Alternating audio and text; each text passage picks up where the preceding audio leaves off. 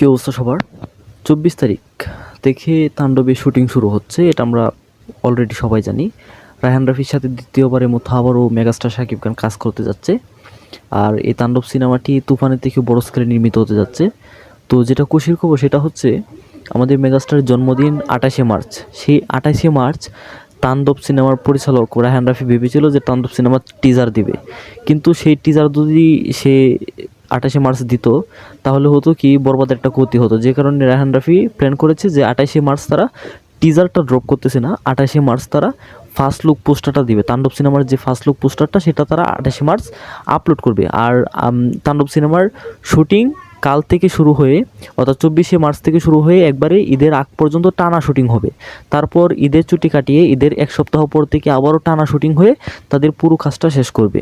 আর এর ভিতরেই তারা টিজারে কাজ করে টিজার দিয়ে দিবে আপাতত। পরে 28শে মার্চ আপাতত ফার্স্ট লুক পোস্টার আসবে। আর 28শে মার্চ বরবাদ থেকেও একটা বিশেষ কিছু আসতে যাচ্ছে। সেটা কি, সেটা আমি আগের একটা ভিডিওতে আপলোড দিয়ে ফেলেছি, সেই ভিডিওটা দেখে আসতে পারো। তো তাণ্ডব নিয়ে এই ছিল আপাতত আপডেট। ধন্যবাদ সবাইকে।